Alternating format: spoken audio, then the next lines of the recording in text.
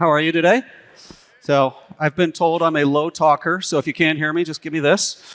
So, all right, first off, you didn't think you were going to get cold called, but you're going to get cold called. We're going to make this interactive. Everybody in the first row, you're off the hook, so don't expect you to answer. All right, so who thinks that wildfire is a significant risk that the industry needs to focus on? All right, plenty of hands. Who thinks that it's modeled well and we've got good industry solutions? Okay, fewer hands were raised. I'm going to take the next 7 or 8 minutes and I'm going to try and convince you otherwise. So I am Pat Blandford. I am the founder and CEO of both Green Shield Holdings and Property Guardian Solutions. We are a mission-driven company and we are focused on making the world more insurable. And we are really looking to solve the wildfire, what we believe is a crisis, and providing better tools, better outcomes, for the industry and for the insured and for communities. So, when I look at the kind of the expanding wildfire threat. If you look before 2025, I think 2017, 2018 were the worst years on record, roughly $10 billion, between 10 and 15 billion of insurable loss in each of those years.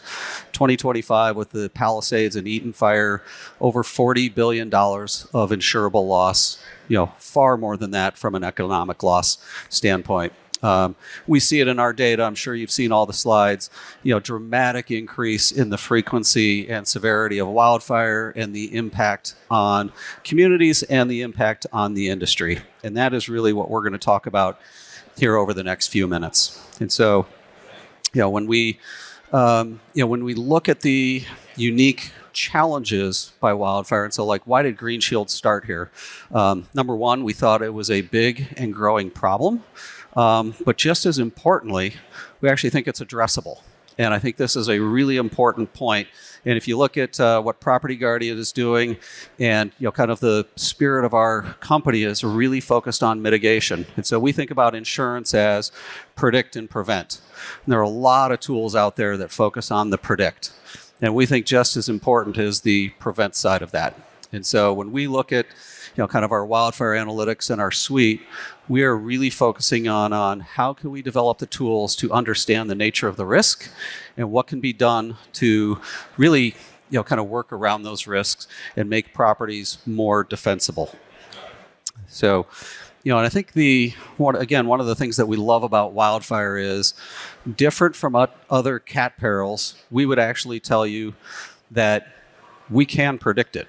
We don't know when a wildfire is going to start, but we know the areas that are really exposed to it, and we also know when they're susceptible. And we'll talk about this a little bit in a couple of slides, kind of going forward. But when we looked at the Palisades, we actually sent CAL FIRE our analysis about 4 months before the Palisades fire, and our analysis said that the Palisades was 25 years overdue for a fire of significance. So that it was an area that was deeply susceptible for a fire of significance. And it's that kind of data, that kind of analysis that we're trying to make the industry more aware of.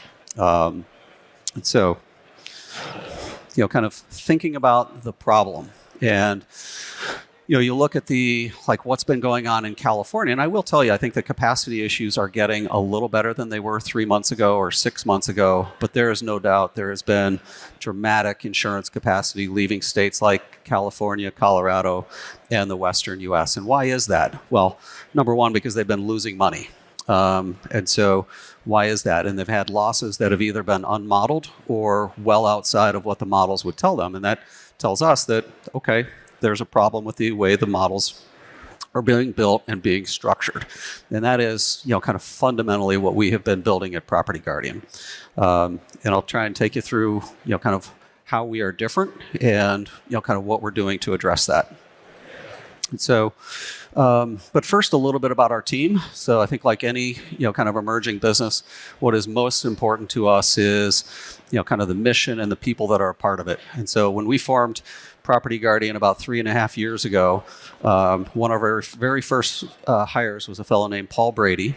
And Paul spent over 15 years in the fire service on multiple hotshot crews and engines, fighting wildfire in almost all of the lower 48 states, one of the top ranked firefighters in the California area. And one of the first things he told me as we were kind of starting to build the business was, look, CAL FIRE never looks at a score. Like, that is meaningless to us. We don't worry about what is the wildfire score in an area. What we worry about is, hey, where are the winds coming from? What direction is this fire coming from? What's the vegetation like? How big are the flame lengths going to be? How much ember is it going to put off? How fast is this fire going to move? How difficult is this to suppress? Those are some of the analytics that we haven't seen in some of the, kind of industry existent models that have more focused on propensity or how likely is an area to experience wildfire. Well, a 2-foot flame brush fire is very different from what we saw in the Palisades, which had, 13-foot chaparrals above the Palisades that were putting off tremendous ember fallout.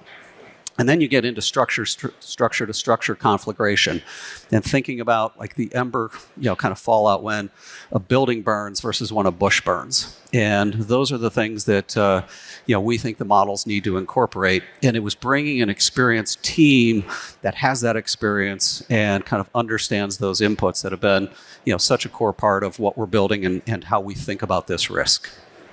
Look, I've got to apologize. Our team is so good at visuals, and I know a couple of them here are chuckling. I look at this visual, and all I can think about is like a 3-day-old pizza that got turned upside down and is growing mold on it. But if you will, it tells a different story. Like, art is in the eye of the beholder. What we're really trying to get to is recurrence data and kind of the overall resiliency score. And the recurrence data is what I was alluding to earlier. So we look at how much vegetation and the health of vegetation and what kind of vegetation could kind of produce a fire of significance. We think of that as kind of fires more than 2,000 acres. When I alluded to earlier when we say the Palisades was over 25 years overdue, this is something that we focus on a lot. Fire happens in the same areas. Topography doesn't change. Santa Ana wind direction is always coming from the northeast. Vegetation grows back. This stuff matters, and it's really important to how we think about it. And then when we think about, kind of individual properties, we look at it more than just like how often is a fire going to come to this area. We look at the parcel. So we're looking at the, kind of the vegetation. We're looking at the defensible space. We're looking for structure density. We look at the individual structure. So roof type, roof condition, roof age, siding type. Can this home be hardened or this property be hardened? We look at the community. So how, what kind of ember fallout are we going to get to?